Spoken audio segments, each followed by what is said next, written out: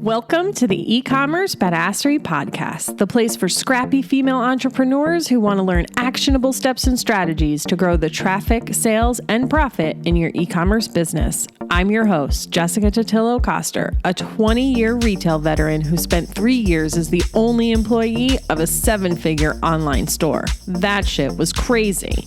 I know exactly how it feels to do all the things, and I'm sharing everything I learned the hard way so you don't have to. I may have started this business by accident, but supporting badass bosses like you lights me the fuck up, and I am so stoked to see you grow. Are you ready, babe? Let's roll.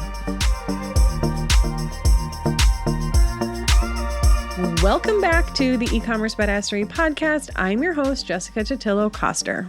Last week, I had the pleasure of being a speaker at the Invisible to Six Figures retreat hosted by eCommerce Badassery's resident Facebook ads expert and my biz bestie, Nicole Diedrich of Diedrich Marketing Strategies. Initially, it was supposed to be an in-person event at a kick-ass resort in Lake Tahoe, but Mother Nature had a different idea. There were 2 wildfires happening at the south end of Lake Tahoe, and a lot of the area was being evacuated. This resort in particular was miles away from the fires and not really at risk of having to evacuate, but the decision was made to cancel the in-person portion to ensure everyone's safety and frankly not get in the way of the emergency teams. And that was 4 days before the event was supposed to happen. Welcome to entrepreneurship. One of the biggest lessons this experience taught me and all of us involved was that one of the most important qualities a person needs in order to make it in this entrepreneurship space is to be flexible, to be innovative, and be able to pivot at a moment's notice.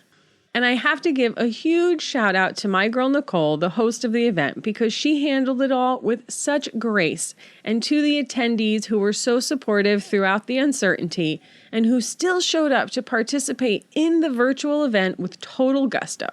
It was especially heartwarming to see how the attendees responded to Nicole's live video where she shared the decision and even broke down in tears. It was in that moment that reminded me why I hold her in such high regard as a business owner and friend, why vulnerability and transparency really are the way we're going to find long-term success in this world of online business, and why having a circle of other kick-ass entrepreneurs is vital to our survival. If you are not already surrounded by a supportive circle of biz friends, you need that. Whether you find it in a mentor, a group program, or even a free Facebook group. Start getting out there and connecting with other business owners and be intentional about maintaining those relationships, because I know it's so easy to fall into patterns and get caught up in the day-to-day shit of your life and business. But don't forget about those relationships. And if maybe you've been in business for a while and you have them already, maybe just pick up the phone, schedule a virtual happy hour date, something. All right, so let's talk more about the value that was shared throughout the event itself and some of the common hangups I saw across all the attendees. To set the stage for you, we covered a lot of different topics, everything from business foundations and marketing psychology to email marketing, branding, and even our own health. I loved how well-rounded the topics were, a 360-degree crash course in entrepreneurship, if you will. The best event of all was the open Q&A at the end, where the speakers and attendees all gathered together on a Zoom call to connect and answer the attendees' questions. Interestingly, the first thing most of them said when we got on the call was, "It's so nice to see everyone's face." The trainings throughout the retreat were live videos where the attendees could, of course, see us, but they couldn't see each other. If you don't already know, video is so powerful. It brings a connection that you just can't get in other forms. So if you're not already using video in your business, you're going to want to start doing that sooner rather than later. Another message that kept coming through was that we all got into entrepreneurship to carve our path, to create businesses that not only serve our customers and clients, but serve us as well. That we get to do what feels good for us. And just because you see one person doing something one way doesn't mean you have to do it that way too. And when it comes to entrepreneurship, sometimes it's lonely. Your friends, family, and acquaintances might think you're crazy. They don't get what you do. They don't understand this lifestyle you chose. and that's okay. You've heard me say this before, but I'll say it again.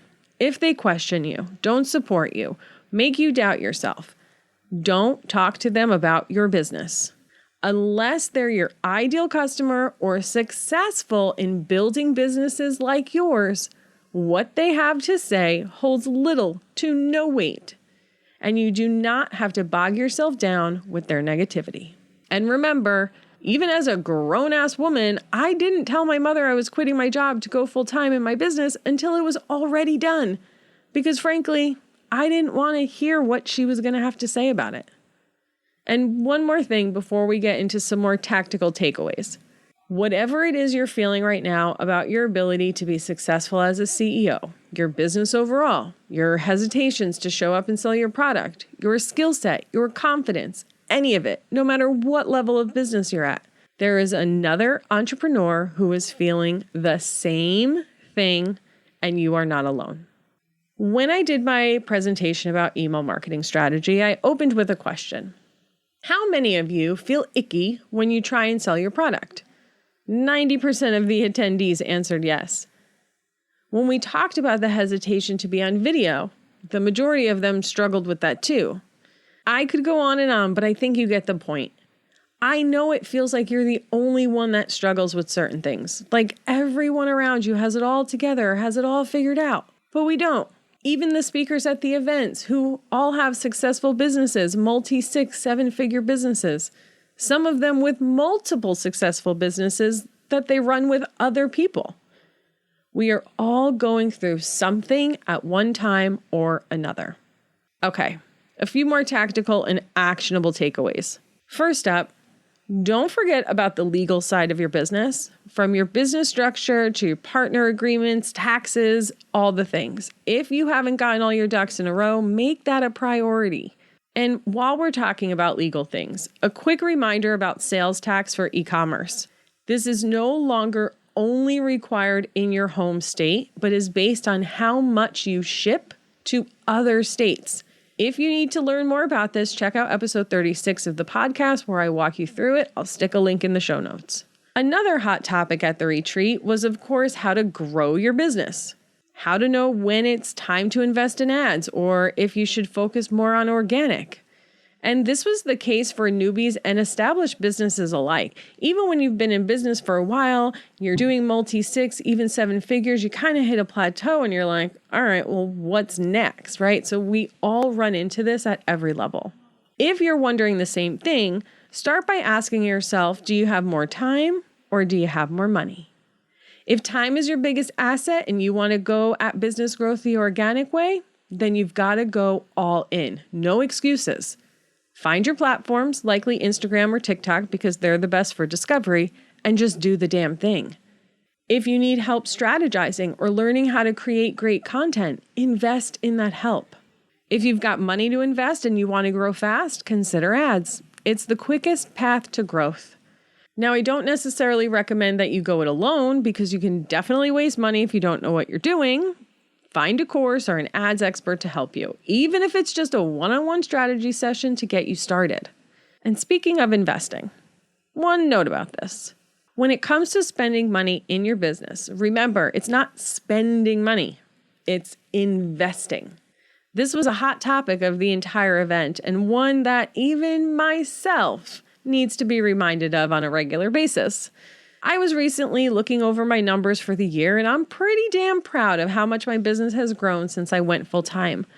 But my overall profit margin is a bit lower than I'd like it to be. So, of course, I started looking at my expenses and trying to figure out what I could cut out. Do I really need this tool, or what about that tool? Maybe I should cut back on the hours with my VA. And while there is definitely value in keeping your eye on your expenses and not spending frivolously or on things you no longer use, so is increasing your revenue. So many of us worry about spending money in our business, but that's usually because we don't think of the long-term growth that investment will mean for us. Maybe it just means you'll have more free time or be less stressed. But maybe it's a connection you'll make with a mentor or an attendee at an event. Maybe you'll see explosive growth when you finally decide to invest in ads or go all in on that TikTok strategy. Ultimately, I encourage you to think more big picture. Use your most valuable resource, your time, to think of ways to grow your business instead of getting bogged down in every little detail about your expenses, trying to cut corners, and then ultimately either just wasting your time altogether or ending up making your business more complicated because you got rid of that tool you thought you didn't need. And then lastly, let's talk about business growth overall. During the retreat, an e-commerce business owner asked me, how do I get more sales on my website? When I sell at in-person events, I do great and people are always DMing me on social, but how do I get more sales on my website? I recently redid it to make it more user-friendly, but I don't know what else to do. So the first thing I asked her was, well, how much traffic are you getting on average each month and what is your conversion rate? The goal of this was to first confirm that she didn't have a conversion problem, and second, to calculate how much additional traffic she would need to hit the goals she wanted to reach. Unfortunately, she didn't know the answer to those two questions, and that was the first problem. It is so important to know the numbers in your business. If you don't know your numbers, you can't possibly make educated decisions about where your weaknesses are and what you need to improve. I talk more about understanding your numbers in episode 7 of the show, so take a listen if you haven't already. And actually, even if you have listened to it, if you're struggling in this area right now, go take another one. But let's run through a few quick calculations that you can use as a starting point to reverse engineer your business growth. Now, I'm going to use some nice round numbers to hopefully make these calculations easy to follow. So let's pretend you're doing monthly revenue of $9,000 and your average order value is $60. So that means currently you have 150 orders per month. Also, your website conversion rate is 2%, which means your traffic is 7,500 sessions per month. So let's say your revenue goal is $15,000 per month. How do we get there? Well, if you think about it, there are only 3 ways to make more money in your business. You can acquire new customers, get your existing customers to come back more often, or just get them to spend more when they're already shopping. It's a bit harder to quantify them coming back more often, so for today's purposes, we're going to focus on getting more traffic and increasing AOV. So first, let's figure out how many more purchases a month would we need to hit our revenue goal if our AOV stayed the same. So currently we're doing $9,000 a month and we want to do $15,000. So we need $6,000 more. At a $60 average order value, that means we need 100 more orders per month. And with a general conversion rate of 2%, we'll need 5,000 more sessions to our website. By the way, if you don't know how to calculate that, how much traffic you need, you're going to take the total number of orders you want, in this case, it was 100, and divide it by your conversion rate, 2%. So 100 divided by 2% equals 5,000. Now let's do the calculation if we were 100% focused on raising our AOV. If we want an additional $6,000 per month, with everything else being equal, we would need to raise our AOV by $40. So for that, I just divided the $6,000 additional revenue by our number of orders, 150. Now, either one of these on their own seems really hard, right? So the idea is to accomplish your goals with a blend of both of them. Now, depending on your business, one or the other of these is probably going to be easier for you. If you sell low-priced products, adding another $40 to your AOV might be difficult, as it would be if you sold something that people didn't buy a lot of or need very often. On the other hand, if you're a super niche product, it might be harder to get traffic because your product doesn't appeal to as many people. Of course, there are a lot of variables here, but if you think critically about it, you should be able to identify where you specifically should focus more. Once you have all these numbers down, you can start to play around with them and say, okay, if I can reasonably expect to raise my AOV by $10, then I only need this much more traffic. Then start breaking down what you're going to do to accomplish those goals. How are you going to get that additional $10 in average order value? How are you going to get that additional traffic? I would start by even looking at where your traffic is coming from now and double down on that for 90 days to see how much you can increase it. And if traffic is a big thing for you, might be a good time to invest in ads. When it comes to increasing your AOV, make sure you get your cross-sells added and raise your free shipping threshold. You can tune in to episodes 4 and 49 for more support around this. One last note about this. If you determine that you really need to focus on growing your traffic and that's where you're going to put your energy, especially if it means you're going to invest in ads, get your AOV boosters in place first because you'll want them there when you start driving all of this new traffic. All right. I know this episode is a little random and all over the place, but I was so fired up after this event and I just had to get this all out and share it with you. Hopefully there was something in today's episode that resonated with you and something that inspired you. Remember, if this journey was easy, everyone would do it. So you are already winning. And that, my friend, is a wrap. Thank you so much for spending your time with me today, and I'll see you on the flip side.